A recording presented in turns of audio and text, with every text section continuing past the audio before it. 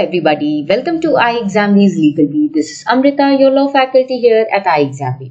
Embrace the iExamBee learning experience with us, and if you're preparing for any competitive exams after your law, you're at the right place. Don't forget to subscribe to our YouTube channel Legalbee and check all the videos that are helpful in your exam preparation.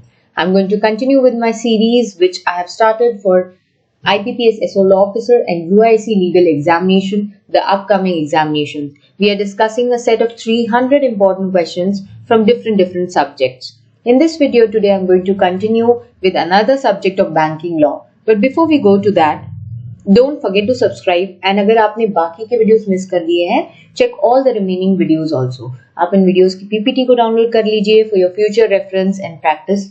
In case of doubts, reach out to us in the comment section, or you can write to us an email. You can also call us on this number. Check our website and all the demos of the courses available on iexambee.com. Download our app for 50% faster job preparation. Today we are going to take up next video which is going to be helpful for your banking laws for your IBPS SO Law Officer examination. The next subject that we are going to start discussing today will be the Recovery of Debts Due to Banks and Financial Institutions Act. We will be discussing a set of 15 MCQs from this Act. First one, very simple, enforcement of the Act. I every time tell you the Acts like this, you can focus on the enforcement dates. Correct answer is B, 24 June 1993. Section 1 itself, clause 3 talks about the enforcement date. Act में ही कोई भी act में आपका legislative date या enforcement date होता ही है. As per the Recovery of Debts Due to Banks and Financial Institutions Act 1993, Tribunal and the Appellate Tribunal shall not be bound by the procedure laid down by the Indian Penal Code, Evidence Act, CPC, CRPC, as the chairman of tribunal may on the recommendation of the central government decide. Again an interesting question and simple also. Correct answer is C. CPC से ही इसका connection आएगा definitely. This is coming under the civil laws. So it is not bound by CPC. Section 22 of the tribunal, it talks about the tribunal and appellate tribunal not bound by the procedure of CPC. But remember, that does not mean that they will not have powers as per CPC at all. They can exercise the powers of civil code, but they will not be bound by it. As per the RDBFI, I will take the short form now. Bank means banking company, subsidiary bank, corresponding new bank, all of the above, both A and B, that is banking company and subsidiary bank. So what is the meaning of bank as per the RDBFI Act? Correct answer is D, all of the above. Section 2 clause D talks about the definition of bank, meaning banking company, corresponding new bank, State Bank of India, subsidiary bank or a regional rural bank, a multi-state cooperative bank. Next question. Who has the power to establish one or more tribunals to be known as the DRT to exercise the jurisdiction powers, authorities that are conferred on such tribunal by or under the RDBFI Act 1993? Who has this power to establish the tribunals? High Court, Supreme Court, central government, state government, or all of them? Very easy question and logical again. Correct answer is C. Central government has all these powers. By notification they will establish, and these tribunals, DRT, and the jurisdiction, powers, authority. Section 3 clause 1 talks about this. What does property mean as per section 2JB of the RDBFI Act? Movable property, intangible assets, immovable property, any debt or any right to receive payment of money, whether secured or unsecured, all of the above. Property का meaning यहाँ पे कौन से section के context में पूछा गया है? Focus that section 2JB. So 2JB के हिसाब से property का meaning क्या होगा यहाँ पे? Correct answer is E, all of the above. Property means immovable property, movable property, debt, any right to receive payment of money, whether it is secured, unsecured, and receivables. Okay, all of these options are correct. What is the term of office of presiding officer of a tribunal under the RDBFI Act? 5 years, 7 years, 10 years, at the discretion of central government, none of the above. Very simple answer. It is 5 years. Section 6 talks about this term of office for 5 years. And shall be eligible for reappointment भी है. An MCQ can come from this area also, that whether they are eligible for reappointment after a term of 5 years, then the answer will be yes as per section 6. Any person aggrieved by an order made or deemed to have been made by a tribunal under the Recovery of Debts Due to Banks and Financial Institutions Act 1993 may prefer an appeal to an appellate tribunal having jurisdiction in the matter within a period of dash 7 days, 15 days, 30 days, 3 months, 6 months. So whenever any person is aggrieved by the order made or deemed to have been made by tribunal, then they will prefer an appeal to the appellate tribunal, and that will be within a period of, very obvious question this is, correct answer is 30 days. Section 20 talks about this. Which section of the RDBFI Act deals with provisions of right to legal representation and presenting officers? Section 12, 15, 23, 24, 30. Now this question basically I wanted to take to also show you that sometimes you should be prepared for prominent questions relating to provisions which are important. Directly they can also ask you section numbers, and also it helps you understand about the concept that this is also important. Right to legal representation and presenting officers, section 23 talks about this.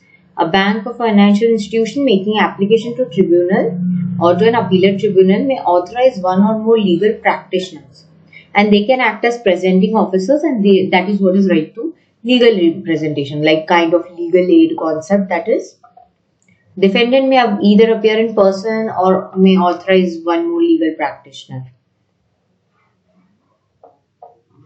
What are the modes of recovery of debts as per section 25 of the Act? Attachment and sale of movable, immovable property of the defendant. Taking possession of property over which security interest is created or any other property of the defendant. Arrest of the defendant and his detention in prison. Appointing a receiver for the management of movable or immovable properties of the defendant. All of the above. So what are the modes of recovery of debts as per section 25? The modes of recovery of debts, correct answer is E, all of the above. Recovery officer shall, on receipt of copy of certificate under subsection 7 of section 19, proceed to recover the amount of debt that is specified in the certificate by one or more of the following modes, and those modes are attachment and sale of movable or immovable property of the defendant, taking possession of property over which security interest is created or any other property of defendant, appointing receiver. So you read this, actually all of the above mentioned modes are correct. So answer will be all of the above. Appellate tribunal shall dispose of appeal within a period of dash from the date of receipt of appeal as per the Act. The Act, please understand, I am talking about the RDBFI Act, Recovery of Debts Due to Banks and Financial Institutions Act 1993. So what is the period of disposal of appeal? That is going to be 10 days or 15 days or 30 days or 3 months or 6 months. What will be the period that has been asked over here?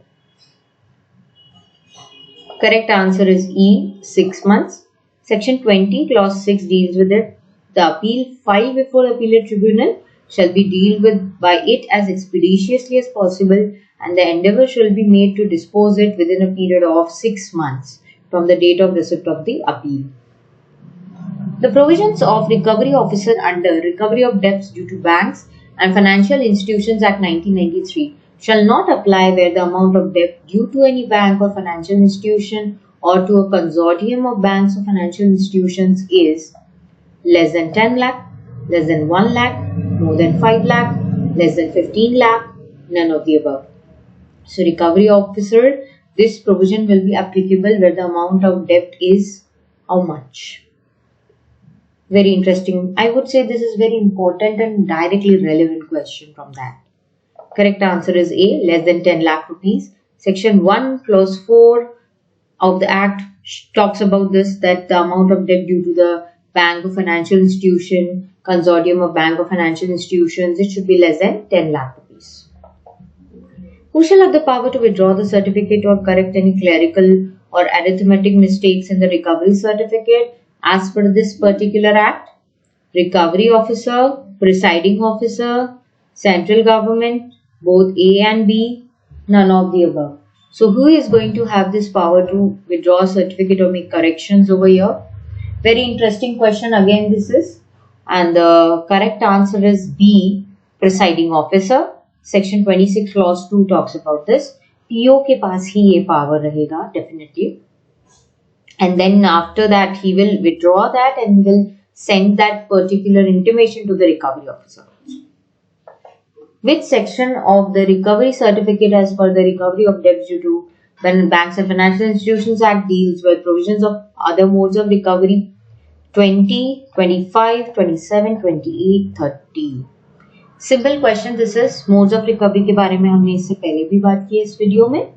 And I think it can click your mind that which was that. Correct answer is D, section 28. Other modes of recovery. Where a certificate has been issued to recovery officer, the recovery officer may, without prejudice to modes of recovery as specified in 25, recover the amount of debt by any one or more of the modes provided under this section. Under which section? Section 28. Okay.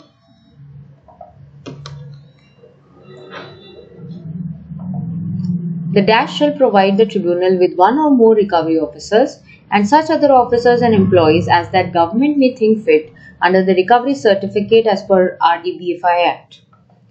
Central government, appellate tribunal, competent authority, both A and C, that is central government and competent authority, none of the above. So who will have this power over here?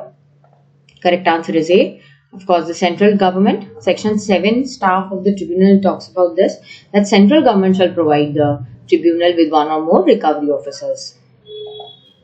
Last question for today. What are the qualifications to be appointed as the chairperson of the appellate tribunal under the Recovery of Debts due to Banks and Financial Institutions Act 1993? District judge is or has been or is qualified to be a judge of High Court, has held office as the presiding officer of a tribunal for at least 3 years. All of the above, both B and C, that is or has been or is qualified to be a judge of High Court, has held office as the PO of a tribunal for at least 3 years. Correct answer is E only, that is the B and C option. Section 10 talks about the qualifications for appointment as chairperson of the appellate tribunal. So these should be the qualifications. Judge of High Court, obviously it's a tribunal, so the High Court experience only will be considered. Or member of Indian Legal Service, held a post in grade 1 for that service for 3 years, or held as a PO of tribunal, presiding officer for at least 3 years. These are important questions. Actually, this legislation deals with the recovery, so it is definitely going to have questions relating to tribunal, relating to the amount of money, of debts, and everything, the basic procedure. So be very clear. If you know it, it is not very difficult to capture. Just the thing is that you have to study. If you have studied it, you can answer the questions within less time, and that too with accuracy. Thank you everybody for having for joining with us and going through this video. For more such videos, stay tuned with us. Prepare 50% faster with us at iExamBee. Download our app and check all the course features available even on our mobile app. Course features like live classes, daily quizzes, daily current affairs, everything, you can check it out. Thank you everybody.